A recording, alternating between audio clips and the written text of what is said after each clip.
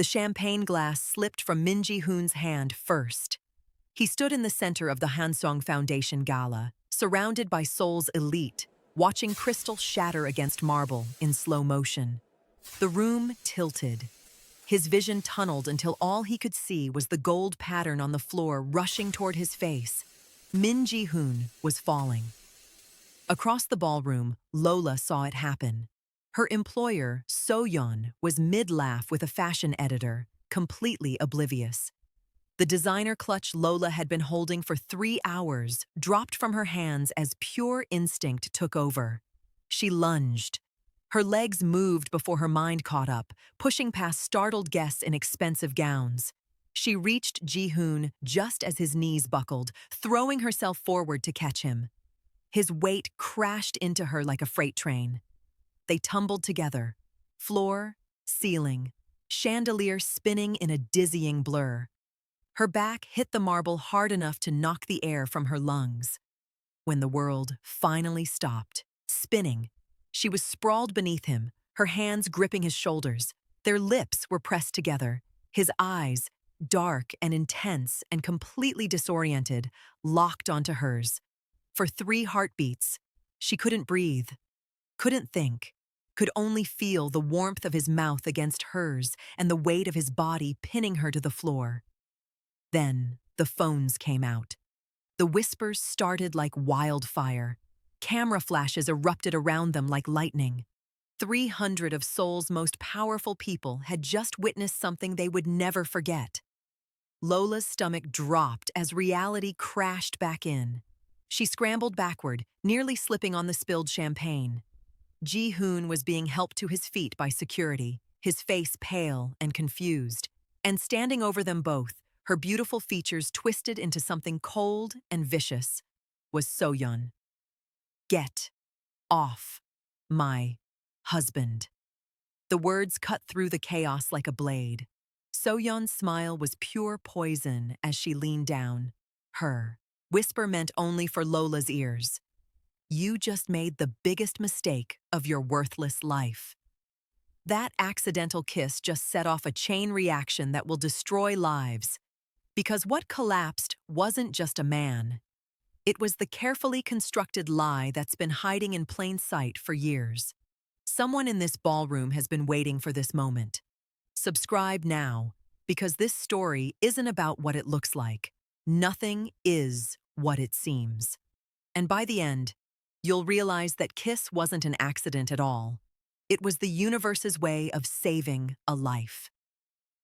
3 months earlier, Lola was reminiscing about the tragedy in Lagos, Nigeria, 5 years ago. The accident happened on a Tuesday during rainy season. Lola Williams was 21 years old, sitting in her university library studying for her international relations final, when the police knocked on her door. Her parents had been killed instantly when a truck hydroplaned across 3rd Mainland Bridge. Her brother Daniel was 11.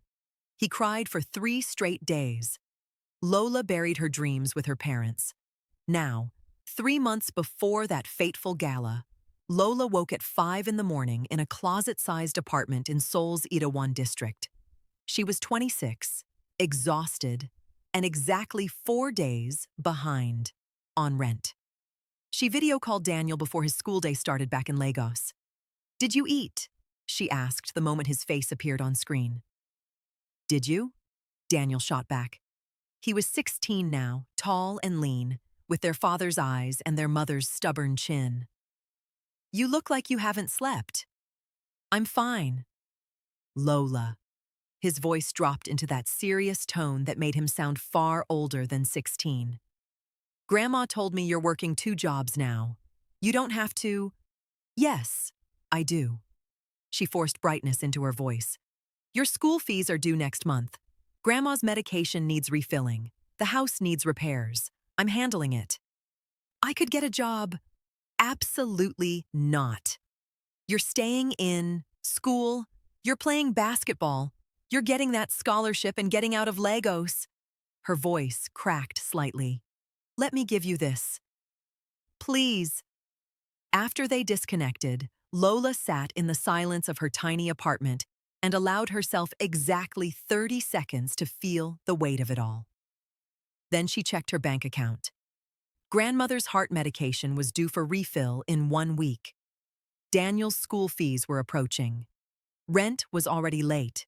She had enough money for 2 out of 3. She chose the medication and the school fees. The landlord would have to wait. Her bookshelf told the story of the life she'd abandoned. UN peacekeeping reports, conflict resolution theory, diplomatic memoirs, collecting dust. On her wall hung a framed acceptance letter to a graduate program in Geneva. Full academic scholarship. No coverage for living expenses. She'd had to decline. Now she cleaned houses and worked convenience store night shifts to send money home to a brother who was growing up too fast and a grandmother whose heart was failing. At 6:30, Lola left for her primary job. She'd been working for Soyeon Park for 8 months. The pay was triple anything else she could find in Seoul. The humiliation was a daily occurrence. Soyeon's penthouse was all glass and marble and cold perfection.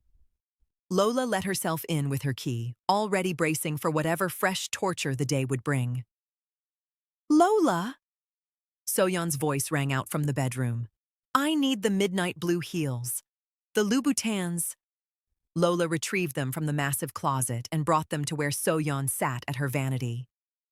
"Are you actually stupid?" Soyeon didn't even look at her before throwing the shoes directly at Lola's chest. "I said midnight blue. These are navy. Do you not have eyes?" "I apologize. The lighting in the closet. I don't want excuses. I want you to be less incompetent." Lola bent to pick up the shoes, her face carefully blank. She'd learned months ago that reacting only made things worse. The photographer arrived 10 minutes later, and Soyeon transformed like flipping a switch. "Thank you so much for fitting me in," she gushed, all warmth and charm. "You're absolutely wonderful for accommodating my crazy schedule." Lola watched the performance from her corner of the room. Soyeon wasn't cruel to everyone, just to people who didn't matter, people who couldn't fight back, people like Lola. But Daniel's basketball camp cost money. Grandmother's medication wasn't getting any cheaper. Pride was a luxury Lola couldn't afford. So she endured. Across the city, in a glass tower that dominated Seoul's skyline, Min Ji-hoon was dismantling a man's entire career. "You attempted a hostile takeover of my subsidiary," Ji-hoon said calmly, sliding a tablet across the mahogany table. "That was ambitious. Stupid, but ambitious." The competitor's face went pale as he looked at the screen. Audio recordings of him discussing bribes with government, officials, financial documents showing fraud, tax evasion trails that would take prosecutors about 10 minutes to follow. "I could release this," Ji-hoon continued, his voice never rising above conversational. "Your career ends today.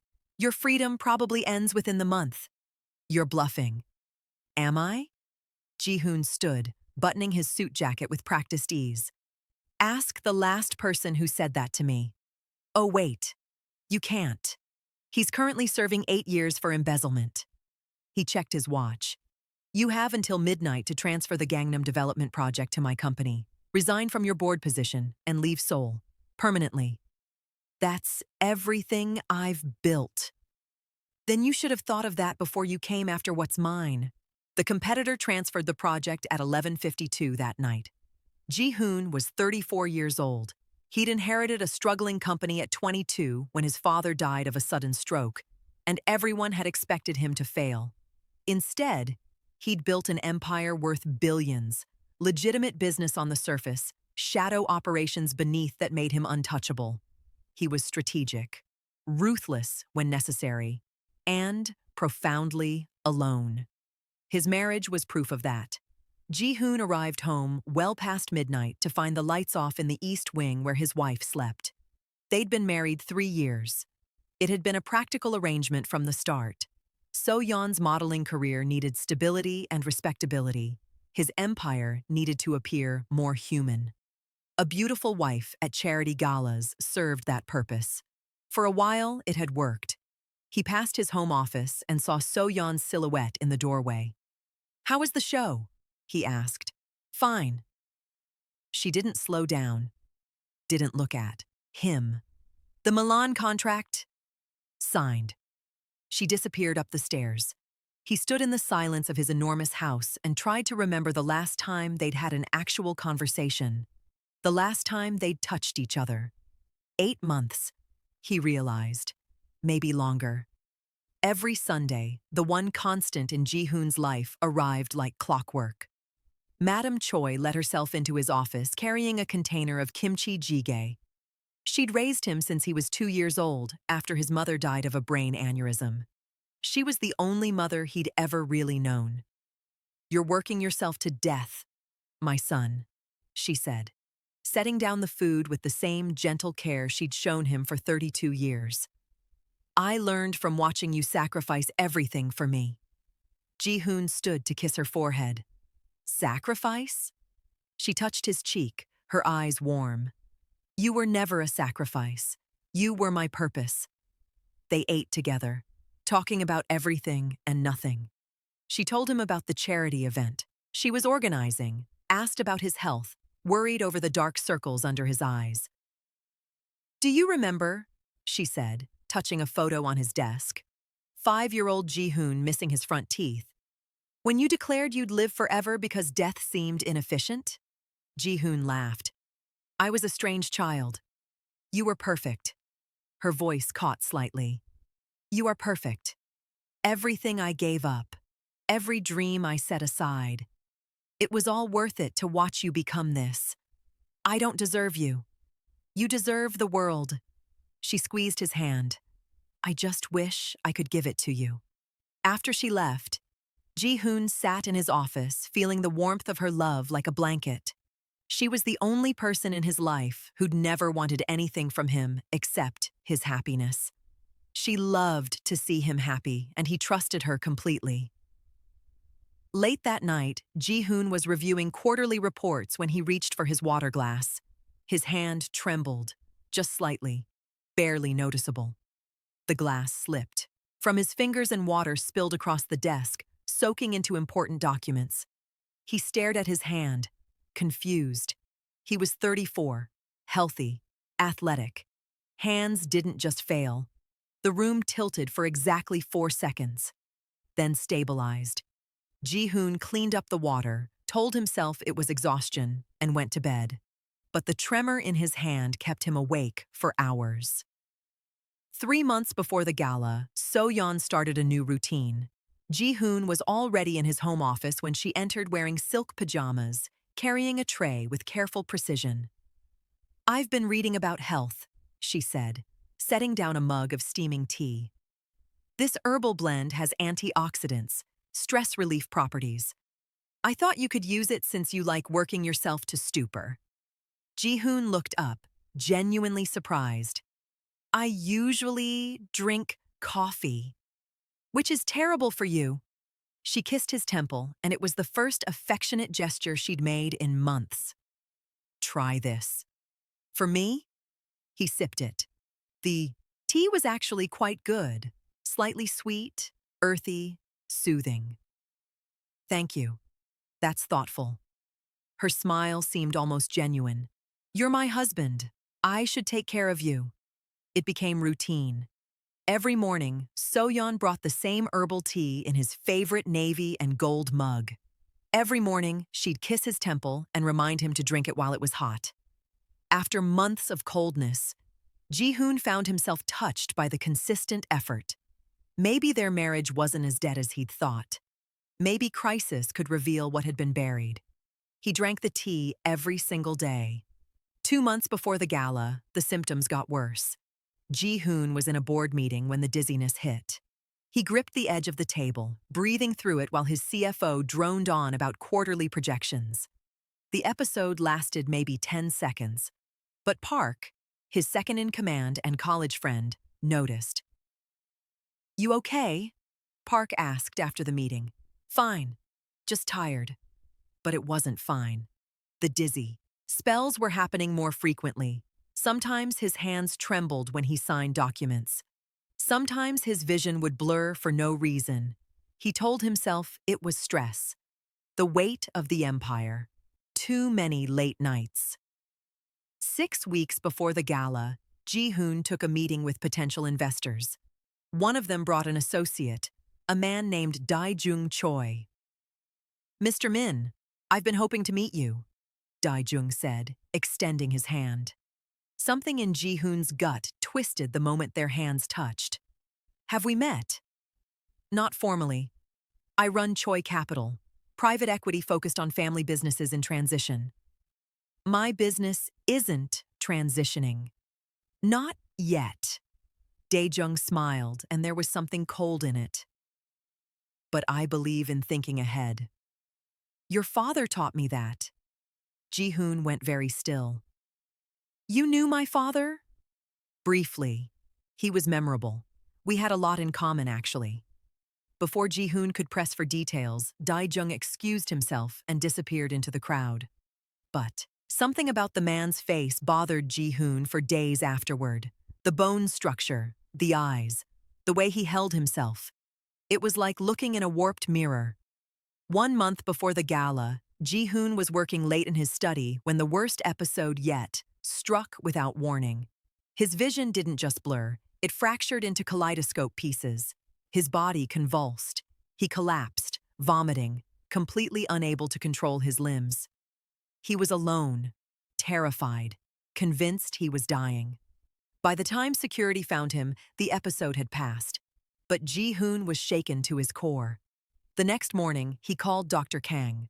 Dr. Kang had been the Min family physician for 35 years. He'd delivered Ji-hoon, treated his father until the day he died, and was more family than doctor. 3 weeks before the gala, he delivered a death sentence. "Stage 4 pancreatic cancer," Dr. Kang said, his voice heavy with practiced sorrow. "It's aggressive, inoperable. I'm sorry, Ji-hoon. You have 6 months, maybe less." Ji-hoon sat alone in the sterile hospital room and stared at his hands. These hands had built an empire, commanded respect, destroyed enemies. They couldn't save him. "Prognosis for treatment?" he asked, his voice eerily calm. "Chemotherapy might extend your life by weeks, not months. The quality of life cost would be severe." "Then I won't do it." Ji-hoon stood. "I'll work until I can't, then I want it over quickly." Dr. Kang looked pained, but nodded. "I understand." Ji-hoon called Madame Choi from the hospital parking lot. She arrived within the hour, and the moment she saw his face, she knew. "No," her voice broke. "Not you. Not my boy." "Mother, you're 34 years old. You're healthy. This can't be real." He held her while she sobbed against his shoulder, her tears soaking through his shirt. Other visitors in the parking lot averted their eyes. "I'm sorry," she whispered. "You're supposed to bury me. That's the order. Parents go first." "You're not going anywhere. You're going to outlive me and tell embarrassing stories about me at inappropriate times." She laughed through her tears. "I have decades worth." So-yeon's response to the diagnosis was equally dramatic but far more public. She held a press conference outside the hospital, tears streaming down her perfect face. "My husband is the strongest man I know," she told the cameras, her voice breaking beautifully. "This diagnosis is devastating, but we'll face it together. I'm canceling all work commitments. My place is by his side." A reporter pushed forward. "What about the Paris Fashion Week? Contract?" "That's career-defining for you. There will be other fashion weeks." So-yeon's voice caught. "There's only one Ji-hoon. He's all that matters." Ji-hoon watched the broadcast from his hospital room, genuinely surprised. Maybe he'd been wrong about their marriage. Maybe crisis revealed what had been buried beneath years of cold distance. 2 weeks before the gala, So-yeon was at the estate constantly. She sat by Ji-hoon's side during video conferences with Tokyo investors. She brought him meals on delicate china. She played the devoted wife so convincingly that Ji-hoon almost believed it. But her agency called daily. Major campaigns were being offered to competitors. Her career momentum was dying alongside him. "The Milan contract," So-yeon mentioned one evening over dinner, her tone carefully casual. They're threatening to replace me permanently if I don't commit soon. Take it, Ji-hoon said immediately. I can't leave you like this. You're not leaving me. You're living. He reached across the table, took her hand. That's what I need from you. I need you to have a life after I'm gone. But who will help you when I'm traveling? I have staff, medical support. I don't need a nursemaid. You need someone trustworthy, someone who won't leak to the tabloids. So-yeon paused, as if the idea had just occurred to her. What about Lola? My assistant. She's discreet, capable. She could handle your daily needs, medications, appointments, basic assistance. The woman who's been carrying your bags for 8 months? She's more capable than you'd think. And she's desperate for work, supporting family back home. She'd be grateful for the steady hours. So-yeon squeezed his hand. I'd feel better knowing someone reliable is here. Ji-hoon should have questioned it. Should have wondered why So-yeon suddenly cared about his comfort. But he was dying, exhausted, and his wife was finally showing him kindness. If it makes you feel better, he agreed. The next morning, So-yeon called Lola into her penthouse. My husband is dying, So-yeon said without preamble. Pancreatic cancer, 6 months, maybe less. He'll need care while I travel for work. You're moving into the estate to attend to his needs. Lola's stomach dropped. I'm not qualified for medical care. You don't need qualifications. You need obedience. So-yeon leaned forward, her smile razor sharp. This is your job now. You'll watch him deteriorate slowly, day by day. Every single moment, you'll remember that you're nothing, that you'll never have what people like us have. And if you refuse, she let the word hang in the air. Your brother's student visa application. Your grandmother submitted it 6 months ago, didn't she? International student program, still pending review. So-yeon's eyes glittered. I have friends at immigration, very good friends. One phone call and that application gets flagged for financial irregularities. You can't prove you can support him. Rejected permanently. Lola felt the walls closing in. You wouldn't try me. So-yeon stood. Daniel never studies abroad, never escapes Lagos, never becomes more than his circumstances allow, all because his sister couldn't follow simple instructions. Lola understood then. She was trapped. 1 week before the gala, Lola arrived at the Min estate with a single battered suitcase. The guest wing was beautiful. Silk bedding, ensuite bathroom, floor-to-ceiling windows overlooking manicured gardens. A cage made of luxury. Ji-hoon barely acknowledged her existence that first week. When he did speak to her, his words were clipped and functional. Medication at 2 p.m. Screen all calls during video conferences. Leave meals outside the office. I'll eat when I'm ready. He wasn't cruel, just absent. She was furniture with a pulse. Lola performed her duties in silence, sending her salary home to a brother who was growing up too fast and a grandmother whose heart was failing. 5 days before the gala, everything shifted. Ji-hoon was on a video call with investors in Singapore when the dizziness hit hard. He muted himself instantly, gripping the edge of his desk as the room spun violently. Lola was standing by the door, holding the water he'd requested. She saw it happen. She didn't rush forward, knew instinctively he'd hate being seen as weak. Instead, she moved quietly to the windows and adjusted the blinds. The harsh afternoon sun had been streaming directly into his eyes. She placed the water within easy reach, then retreated to her corner. When the episode passed and Ji-hoon unmuted, the changes were there but unremarked upon. He finished the call, his voice steady despite the tremor in his hands. Afterward, he looked at her directly for the first time in days. The blinds. Was that you? The glare seemed bright. I apologize if I overstepped. You didn't. A pause. Thank you. It was the first real acknowledgement that she existed as more than a servant. 3 days before the gala, the Hansung Foundation sent So-yeon a formal invitation. She was receiving an award for her charitable work with underserved communities. The irony wasn't lost on Lola. "You'll attend," So-yeon informed her. "As my personal assistant. You'll hold my things, stand behind me, and be invisible. Understood." Lola borrowed a simple black dress from her roommate and dreaded the evening with every fiber of her being. The night before the gala, Lola couldn't sleep. The guest wing was too quiet, too big, too expensive. She wandered the estate at 2 in the morning and found the library by accident. 3 stories of books, spiral staircase, floor-to-ceiling windows overlooking Seoul's glittering skyline. She was examining the philosophy section when a voice came from the shadows. "Couldn't sleep either." Lola jumped. Ji-hoon was in a corner reading chair, nearly invisible in the dim light.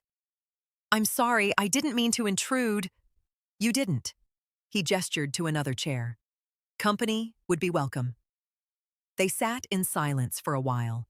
Comfortable silence, surprisingly. Then Ji-hoon asked, "What are you reading?" She showed him the spine. Camus. The Stranger. Existential crisis reading, fitting for 2 a.m. Despite everything, Lola almost smiled. "What about you?" He held up his book. Tolstoy. The Death of Ivan Ilyich. Now she did smile, sad and small. Also fitting. Tolstoy understood that dying isn't the hard part. Realizing you never really lived, that's what destroys you. "Have you?" The question slipped out before she could stop it. "Lived?" Ji-hoon was quiet for a long moment. "I've built things, conquered things, won things. But lived?" He looked at her, and his eyes were tired and honest. "No, I don't think so." They talked until 4 in the morning, about books and philosophy and the weight of responsibility, about what it meant to face death and whether any of it mattered in the end. It was the first real conversation Ji-hoon had experienced in months, the first time he'd felt truly seen. When Lola finally returned to her room, something had shifted between them, something neither of them could afford. The Hansong Foundation Gala was everything Lola had feared. Massive crystal chandeliers, designer gowns worth more than her annual salary, Seoul's elite mingling with champagne flutes and practiced smiles. Lola stood 2 steps behind So-yeon, holding her clutch, trying to become invisible. That's when she saw him. Ji-hoon stood across the ballroom, surrounded by power players who wanted his attention, his money, his influence. He looked exhausted by it, exhausted by everything. Then his eyes swept the room and landed on hers. The noise faded, the crowd blurred. For 5 impossible seconds, it was just him looking at her and her unable to look away. There was something in his eyes, recognition that made no sense. They barely knew each other, but it felt profound anyway, like something inevitable clicking into place. So-yeon snapped her fingers. "Lola, my champagne. Now." The moment shattered. An hour later, a man approached Ji-hoon. Expensive suit, confident bearing, unsettlingly familiar features. "Mr. Min. We met last month." "I'm Dae-jung." Something cold slithered down Ji-hoon's spine. "I remember. I brought some investors who'd love to speak with you. There's so much I'd like to discuss, particularly about your father." "Perhaps another time." Dae-jung's smile didn't reach his eyes. "I'll be waiting. We have a lot to talk about. More than you know." Then the champagne glass slipped from Ji-hoon's hand. The crystal shattered. The room tilted. Ji-hoon felt his knees buckle as gravity failed him. Lola saw him falling, dropped So-yeon's clutch, lunged across the ballroom.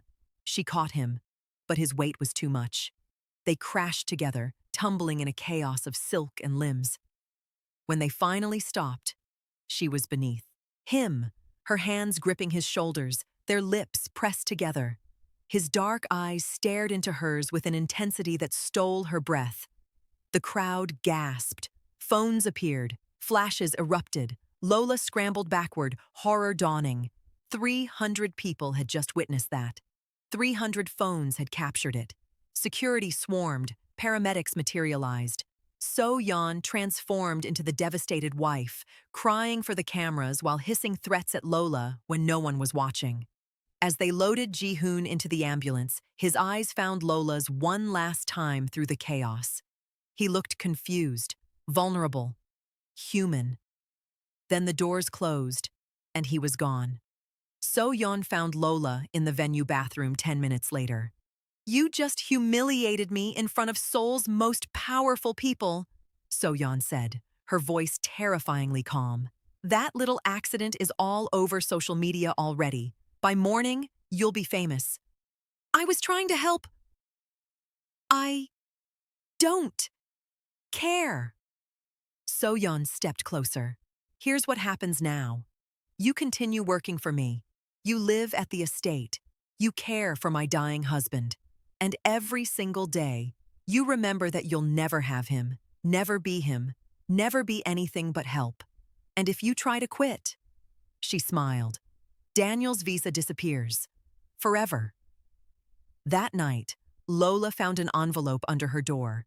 Inside was a photo from the gala, her and Ji-hoon, the accidental kiss, professionally shot. On the back, elegant handwriting. "Accidents reveal truths we try to hide. Someone is watching. Someone knows what you don't. The real story is just beginning." Lola stared at the photo, at Ji-hoon's face frozen in that impossible moment.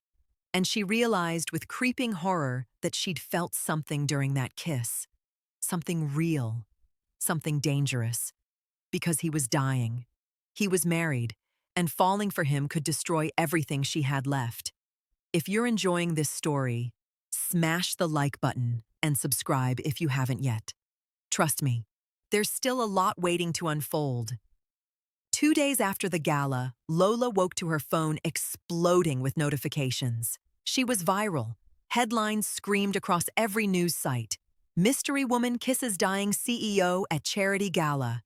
"Min Ji-hoon collapses into Maid's arms. Wife furious." "Inappropriate kiss or innocent accident?" The photos were everywhere. Her face, his face. That moment frozen in time for the world to dissect. The comments were worse than the headlines. "Who does this African woman think she is?" "Gold digger trying to trap a dying billionaire." "So disrespectful to his wife. Disgusting." Lola's hands shook as she scrolled through the vitriol. Racist, classist, vicious. This was exactly what So-yeon had wanted. Public humiliation on a scale Lola couldn't have imagined. Ji-hoon was home from the hospital, and the cancer diagnosis had leaked to the business press. Stock prices dropped. Partners grew nervous. The empire he'd built was showing cracks. And Lola was now his primary caretaker. The first week was torture. Ji-hoon barely spoke to her beyond terse instructions. He was processing his mortality in silence, humiliated by the gala collapse, withdrawing into himself. She brought his medications, screened his calls, stood in corners during video conferences like a ghost. But the library meetings continued. 2 a.m. became their unspoken routine. Neither acknowledged it, but both kept showing up. They'd sit in comfortable silence, sometimes talking until dawn about books and mortality and regret. "Why do you work for So-yeon?" Ji-hoon asked one night. "You're brilliant. You could do anything." Lola looked at him, surprised he'd noticed. "Money. My brother's school fees. My grandmother's heart medication costs more than I make in a month. Brilliance doesn't pay bills. I could help." "Don't." Her voice was firm. "Don't offer me money. I'm not a problem to solve." He respected that, nodded, changed the subject. But the next week, an anonymous payment covered her. Grandmother's medication for 6 months. Lola couldn't prove it was him, but she knew. Park visited the estate for a strategy meeting and noticed immediately that something had changed.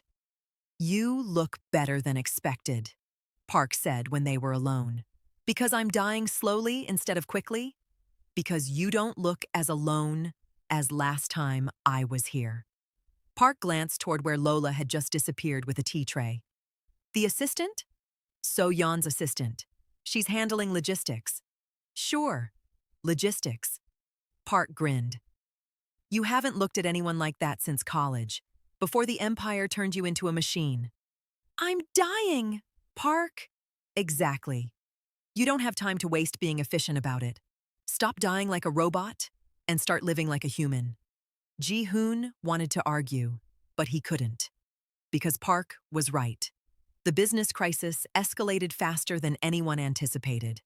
Park brought devastating news 3 weeks into Lola's stay. The Lee merger collapsed. They're citing leadership concerns, specifically that you're terminally ill and can't provide stable management. That diagnosis isn't public information. Someone told them. Someone with inside knowledge. Park pulled up financial reports on his tablet. And there's more. 3 subsidiary companies initiated hostile board votes.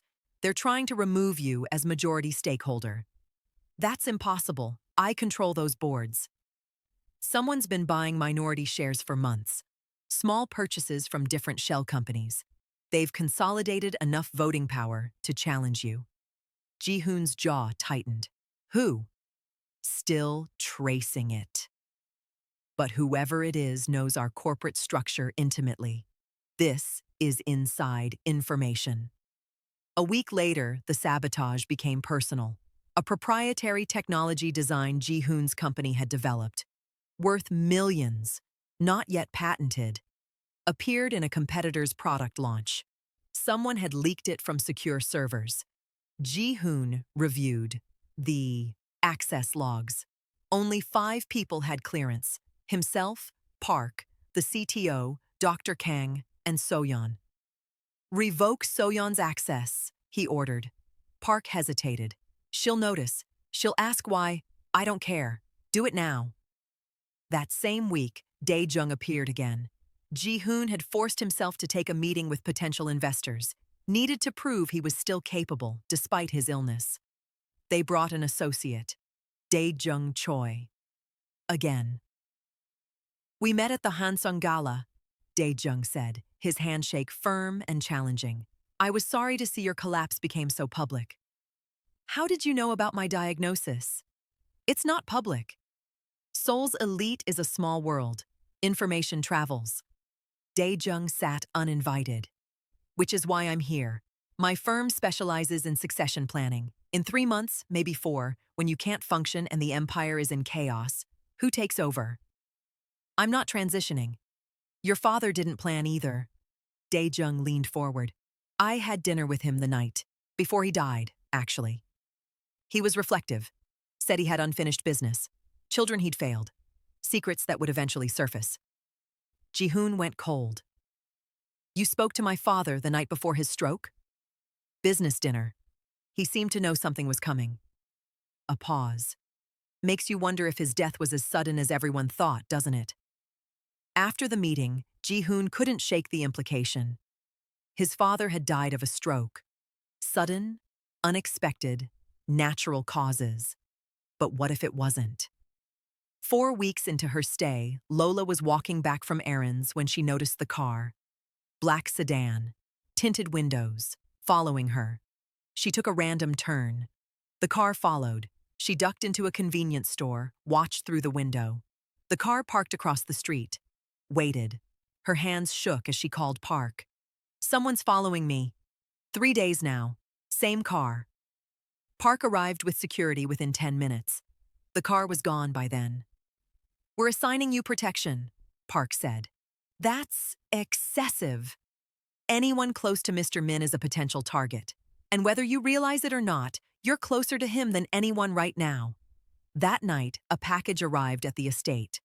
Lola opened it in her room and her blood turned to ice. Photos of Daniel, but not taken from a distance.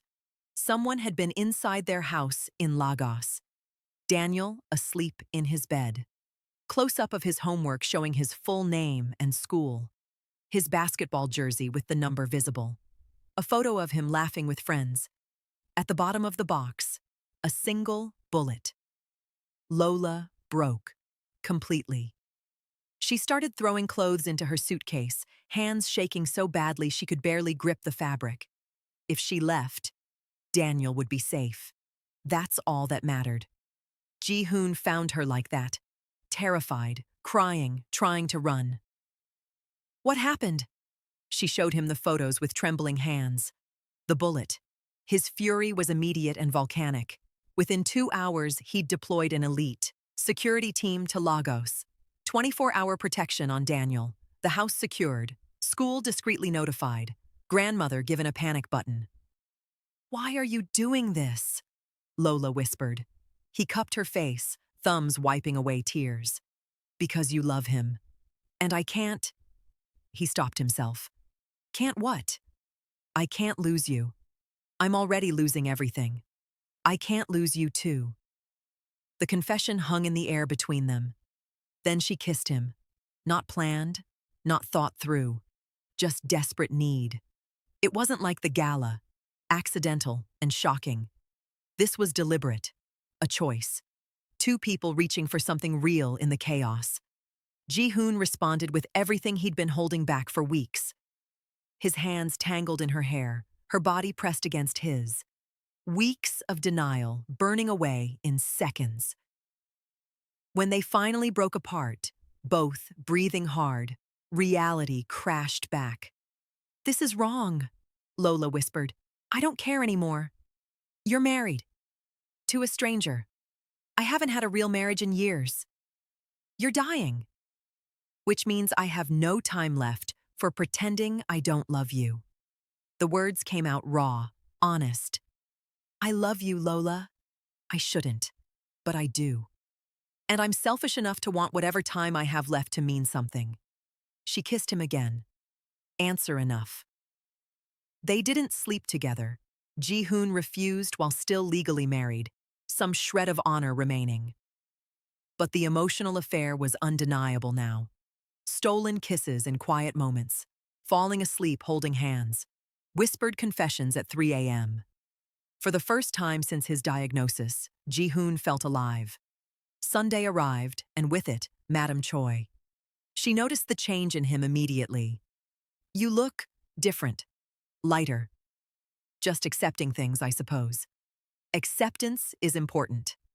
She poured his tea with practiced care. "But so is fighting. Your father gave up at the end. Stopped finding joy in anything. I don't want that for you." "What do you want from me, Mum?" "Whatever happiness you can find in the time you have left." She squeezed his hand. "Take joy where you can, however you find it." That evening, Ji-hoon was working in his study when it hit like lightning. One moment he was fine. The next, he was on the floor convulsing violently, vision fracturing, unable to control his body. Lola found him and screamed for help. As his eyes rolled back, he grabbed her hand with desperate strength.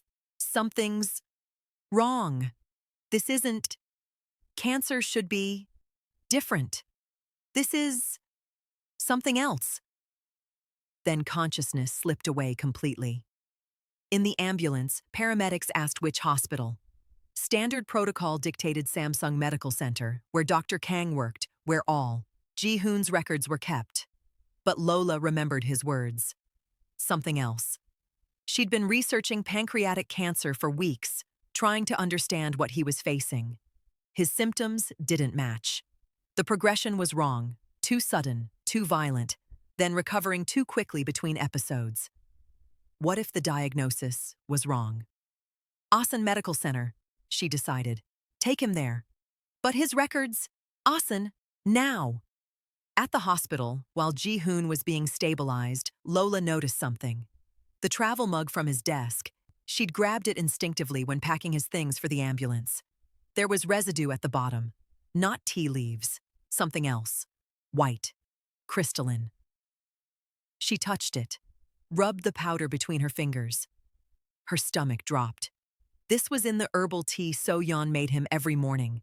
The tea he'd been drinking for 3 months. And suddenly, horribly, she understood. This wasn't cancer. This was poison.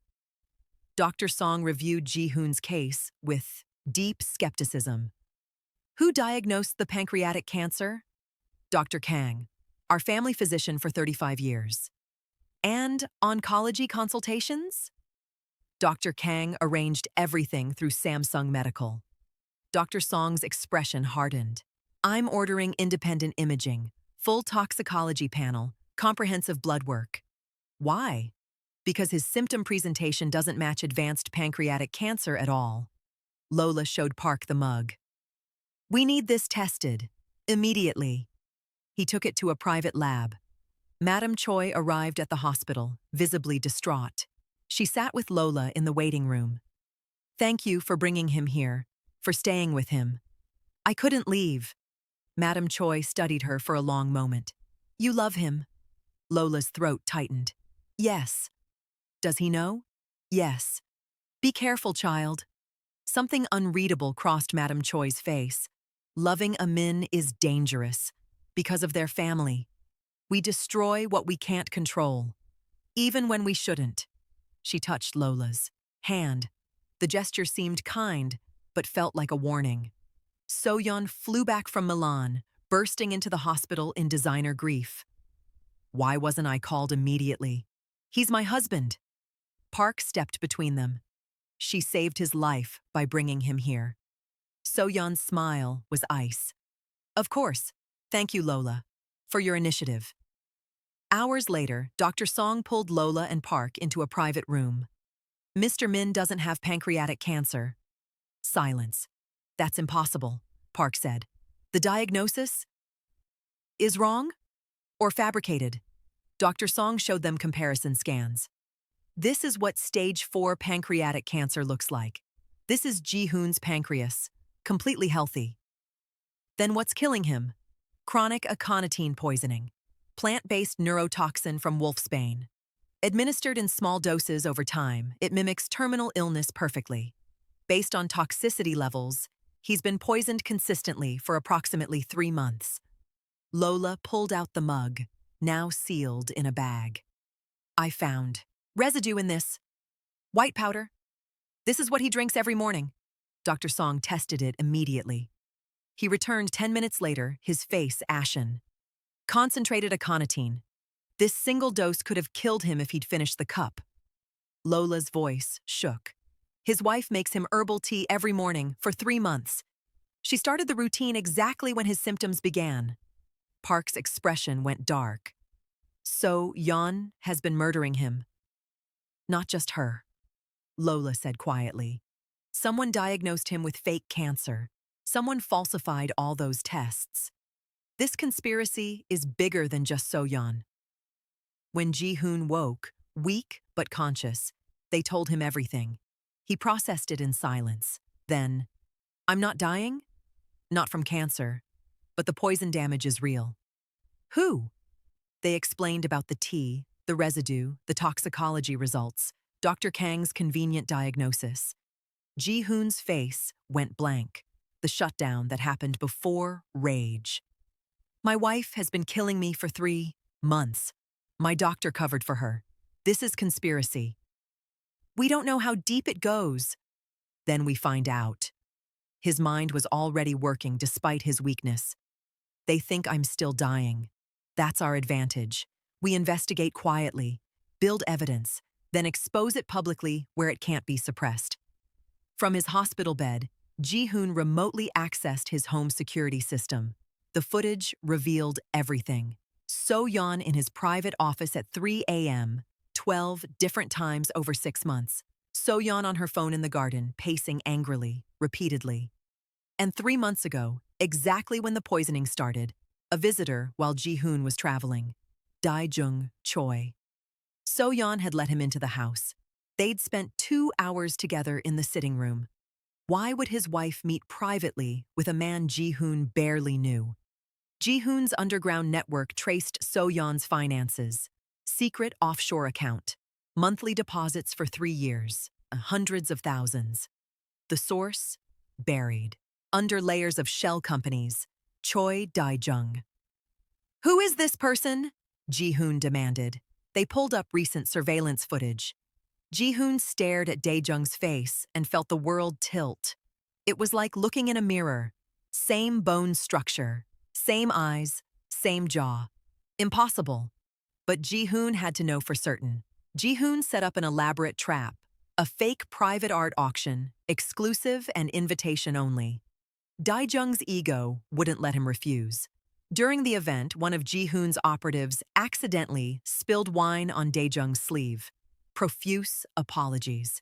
Complimentary dry cleaning service offered immediately. They kept the sleeve. The private lab returned results within 48 hours. Half siblings. Same father, different mother. Ji-hoon sat alone with the knowledge for hours before telling anyone. His father, the man he'd worshipped, whose legacy he'd spent his entire life honoring, had an affair, had a secret child, lied to everyone for 35 years. Everything Ji-hoon believed about his family was false. When he finally told Lola, his voice was hollow. "I have a half-brother, Dae-jung." She took his hand, said nothing, just held him. "My father wasn't who I thought he was." "Maybe he was exactly who you thought," Lola said gently. "Powerful, strategic, willing to sacrifice anything, including truth, for what he wanted." "You're saying I'm like him." "No, I'm saying you're here, telling me, not burying it. That's the difference." Over 3 days, Ji-hoon reconstructed the entire conspiracy. He interviewed his father's former business associates. "Did my father have a secretary named Choi?" "Sun-hee Choi?" "Of course. Brilliant woman. She vanished suddenly. Personal emergency. Your father was devastated. He tried to find her." "When was this?" 35, 36 years ago. Right before your mother died, actually." The timeline aligned too perfectly. Ji-hoon pulled employment records from storage. Personnel file from 36 years ago. Secretary Choi Sun-hee, age 23. Photo attached. He compared it to a current photo of Madam Choi. Same woman. 35 years older. Unmistakable. The woman who'd raised him for 32 years. Who he'd called mother. Who he'd trusted more than anyone in the world. Ji-hoon couldn't breathe. He showed Lola everything. The photos, the timeline, the DNA results, the financial connections. "Your mother isn't your mother," Lola whispered. "She had an affair with your father, got pregnant with Dae-jung, disappeared, came back after your real mother died, and raised you while hiding her biological son all along. She taught me to read." Ji-hoon's voice cracked. "She held me during nightmares. She made me feel safe when I was terrified. How do you fake that for 32 years? Maybe she didn't fake all of it." "Don't." His voice turned sharp. "Don't tell me she loved me. People who love you don't murder you. She's not the one poisoning you. So Yeon is. On whose orders? For whose benefit?" He was shaking now. "Someone raised Dae-jung. Someone told him he deserved my empire. Someone planted So-yeon in my life 3 years ago.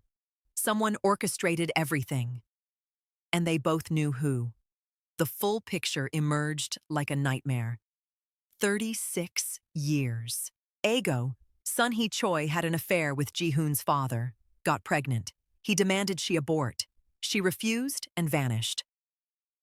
35 years ago, Ji-hoon's mother died of a brain aneurysm. Natural causes, verified. Ji-hoon was 2 years old. 34 years ago, Sun-hee returned, claiming she'd been kidnapped.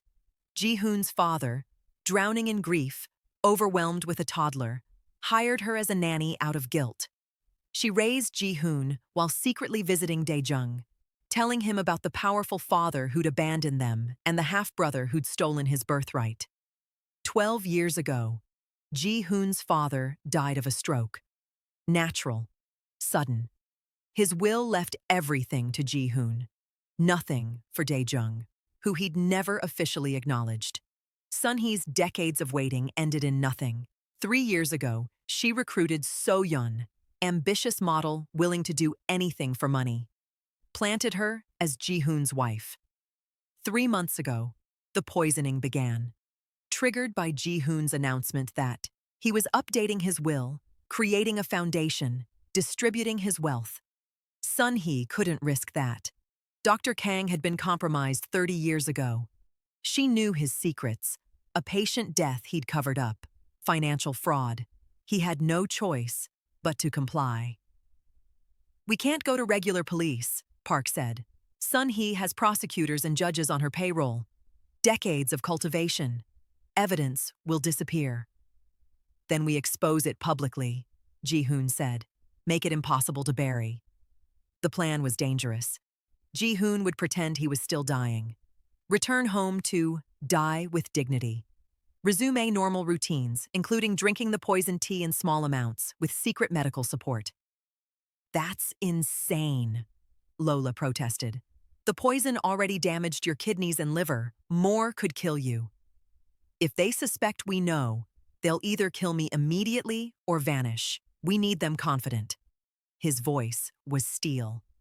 "I'll call a family meeting to arrange my final affairs. Get everyone in one room: Sun He, So-yeon, Dae-jung, Dr. Kang. Forced confessions." Dr. Song pulled Ji-hoon aside privately. "Your organs are compromised. More poison, even with countermeasures, is extremely dangerous. Your heart could stop. You could die before we can intervene." "Then we'll be quick." Park wired the conference room, briefed the police commissioner, one of the few Sun He didn't control, arranged medical standby, created extraction plans. Everything was ready. The night before the trap, Ji-hoon and Lola were alone in his study.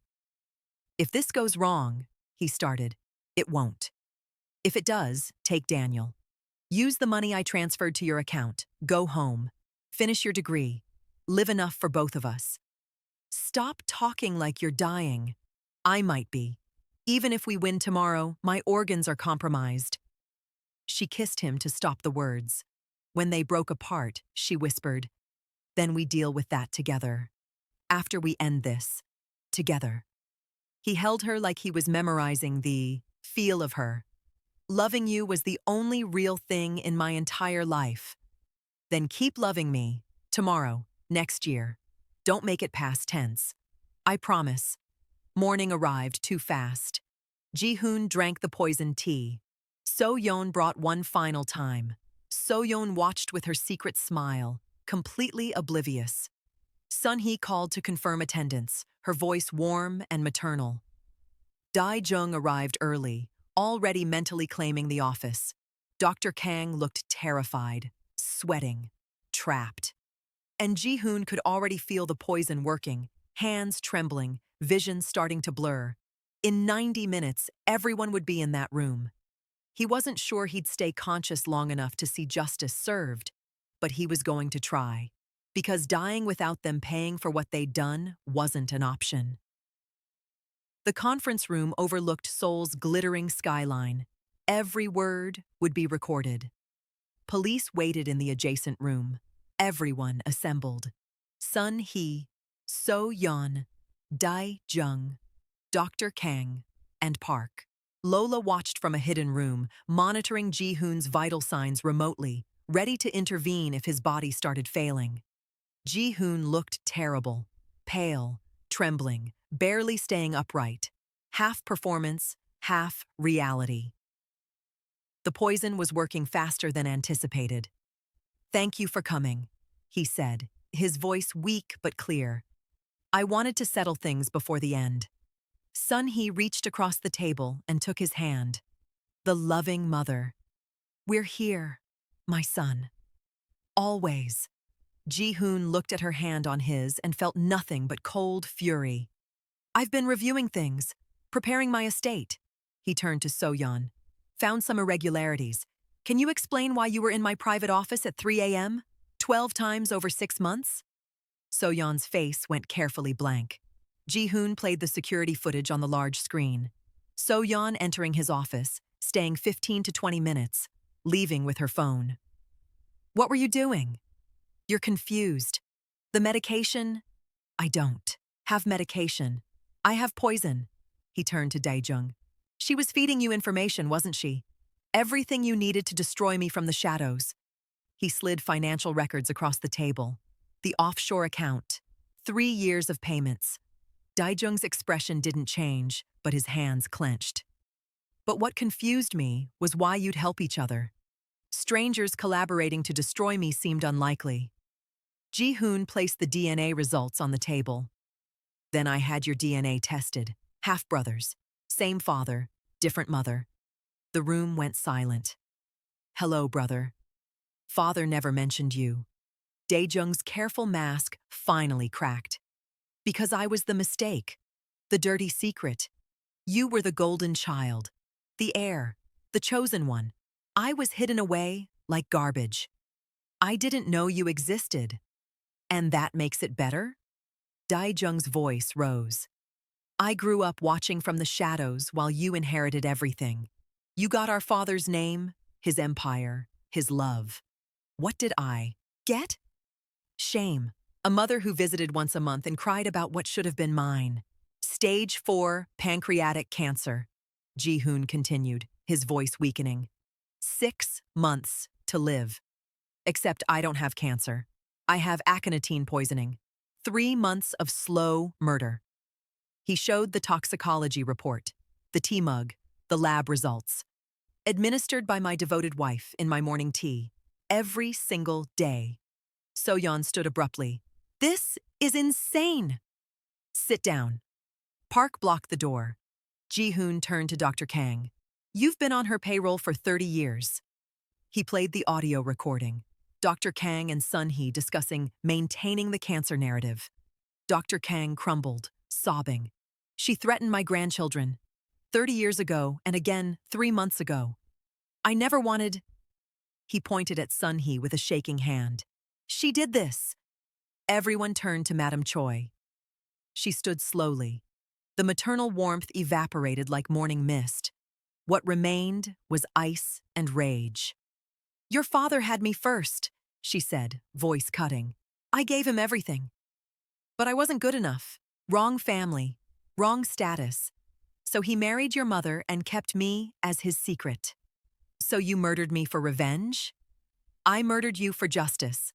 She looked at Daejung. My son deserved what your father stole from him. Ji-hoon's voice broke. Did you ever love me? 32 years. Was any of it real? Sun-hee looked at him and something like pain crossed her face. You had his eyes. Every day, looking at you reminded me of what he took from me. Her voice cracked. But you were also just a child, innocent. You brought me flowers from the garden. You asked me to be your mother when you didn't understand why yours wouldn't come home. Tears tracked down her face. So yes, I loved you. Against my will, against my plan. I loved you. She straightened. But I loved my son more. When I had to choose, I chose him. Just like your father chose you over us. The door burst open. Police flooded in. So-yeon ran for the window. Officers caught her. Daejung stood defeated. Dr. Kang was still sobbing. Sun-hee went quietly as they handcuffed her. I'm sorry, Ji-hoon, she said.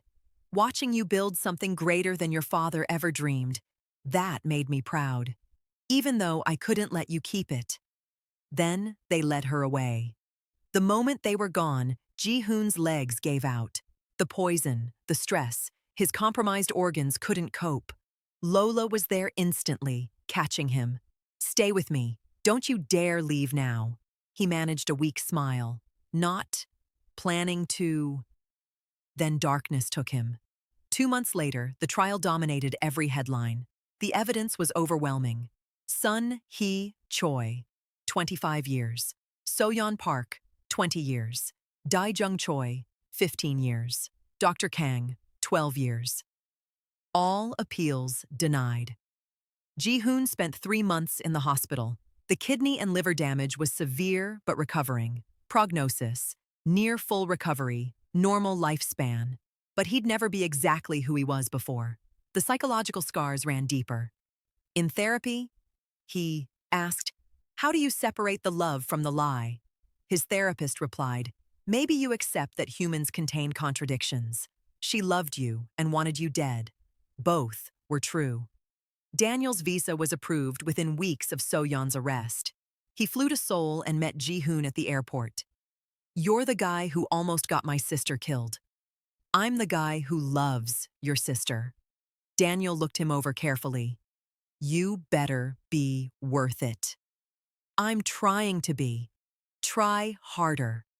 But his expression softened. "She's happy again. Real smiles. I haven't seen those in years. Don't mess that up." One morning, Ji-hoon woke to find Lola watching him sleep. "That's creepy," he murmured. "You're beautiful when you sleep." "I'm beautiful when I'm awake too." She laughed. That sound he'd come to love more than anything. He pulled her close. "I get 60 years now. Maybe 70. Not 6 months. Use them well. Starting now." Their lovemaking was slow and tender, making up for months of fear and restraint. Afterward, tangled in sheets, he said, "Marry me. We should wait. Let the scandal die down. I've waited my whole life for something real. I'm done waiting. Marry me, Lola." She kissed him. Yes. The press remained brutal. The comments were vicious, racist, classist, cruel. One night, Ji-hoon found Lola crying over her phone. He threw it across the room. "Stop poisoning yourself with their hate. What if they're right? What if I don't belong? My world tried to kill me. Yours saved me." He knelt, taking her hands. "Their opinions are noise. We're the signal. You exposed a conspiracy. You saved my life. What do their words matter against that?" Daniel told her the same thing. "They don't know you. Don't know you raised me when you were barely an adult. Don't shrink for anyone." 3 weeks before the wedding, Lola discovered she was pregnant. She decided to wait until their wedding night to tell him, make it perfect. But 5 days before the wedding, Ji-hoon's paranoia won. He told her he wanted to delay the wedding. "I need to be certain this is real. Not gratitude. Not because you saved me, but because it's actually right." Lola was devastated but hid it beautifully. "Take all the time you need. I'll be here when you're ready." No manipulation. Just patient love. But 2 days after, he apologized and told her he was ready so they should go on with the wedding. Wedding morning. She overheard him on the phone. "She passed the test. I'm an asshole, but I had to be sure." Lola stood frozen, holding the wrapped pregnancy test she'd planned to give him that night. He'd tested her. After everything. At the altar, with the Han River glittering behind them, she stopped before him. "Did you test me?" His face drained of color. "Lola, answer me. Did you test me?" Silence. "Yes." The slap echoed across the water. "I saved your life. I stood by you through hell." Her voice broke. "And you questioned if I was real. I'm pregnant." The words came out sharp, furious. "Your child is inside me, and you tested whether I love you." Gasps from the small gathering. Daniel looked ready to commit murder. He would never tolerate anyone hurting his sister who had sacrificed so much for him. "Why should I marry someone who'll never trust me?" Lola asked. "Because I was terrified," Ji-hoon shouted, all walls down. "Everyone I trusted destroyed me. My mother, my wife, my doctor. The only real thing in my life is you, and I couldn't survive being wrong about you too." Tears streamed down her face. "So you made me prove myself again." "Yes, and I hate myself for it." Long silence. The river flowed. Guests held their breath. "Promise me, never again. You trust me, or we're done." He dropped to his knees. "Never again. I swear on our child's life, on everything I am. Never again. You hurt me. Let me spend 60 years making it right." She looked at him, saw his brokenness, his fear, his desperate love. "Get up. One more test, and my brother kills you." Daniel cracked his knuckles meaningfully. Ji-hoon laughed through tears. "Understood. Now kiss me before I change my mind." He did, deep and desperate and full of promises. The gathering erupted in applause. "We're having a baby?" he whispered. We're having a baby! His knees buckled. She caught him, laughing. That night, Ji-hoon couldn't stop touching her belly, whispering to their unborn child. I'm going to be a father. You're going to be amazing. Afterward, wrapped together, he said, You know what I wished for when I thought I was dying? This. Normal life. Teaching our daughter to ride a bike. All the boring, beautiful things I thought I'd miss. Or son. Daughter. He grinned. 6 months later, Lola was visibly pregnant, glowing. Ji-hoon kissed her belly, whispering promises in multiple languages. Daniel was teaching basketball moves through the womb. She needs to know defense. Our daughter will be whatever she wants, Ji-hoon said. Could be a son, Lola reminded them. Both men in perfect unison. Daughter. She laughed, hands on her belly, surrounded by her chosen family. A family forged from poison, betrayal, and conspiracy, but built on truth, love, and survival. Unbreakable. If this story kept you on the edge of your seat, drop a like and let me know in the comments what shocked you most. The poison reveal or the mother's betrayal. And subscribe because next time we're diving into another romance story that'll leave you breathless. The end.